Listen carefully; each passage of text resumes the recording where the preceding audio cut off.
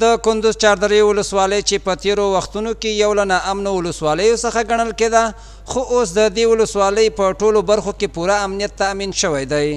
د دې ولسوالۍ اوسیدونکي وایي چې اسلامي امارت په دې ولسوالۍ کې بشپړ امنیت تأمین کړی او دوی په دې برخه کې هیڅ اندېښنه نه لري. امارت حکومت چې راغلی ډېر ښه راغلی دی، جنګ دې ورک دی، هر څه ورک دي ورور. امارت کومک کوي که دا مهاجر راوړي که هر څه راوړي ورور، د دې ورسره ډېر امارت ډېر کومک ورسره کوي، پر وژه ورسره ولاړ دی.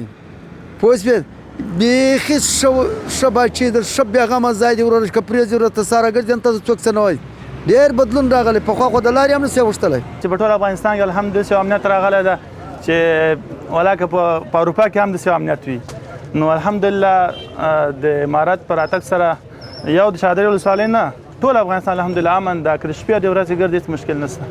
په ورته وخت کې دوی زیاتوي چې ډاډمن امنیت د دې لامل شوی چې خلک خپل ژوند او کارونه په آرامۍ سره پر مخ بوځي.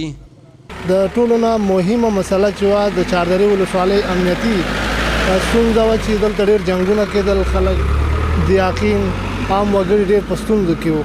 د امارت اسلامي په راتګ سره ماشاءالله امنیتي ستونزې حل شوي دي.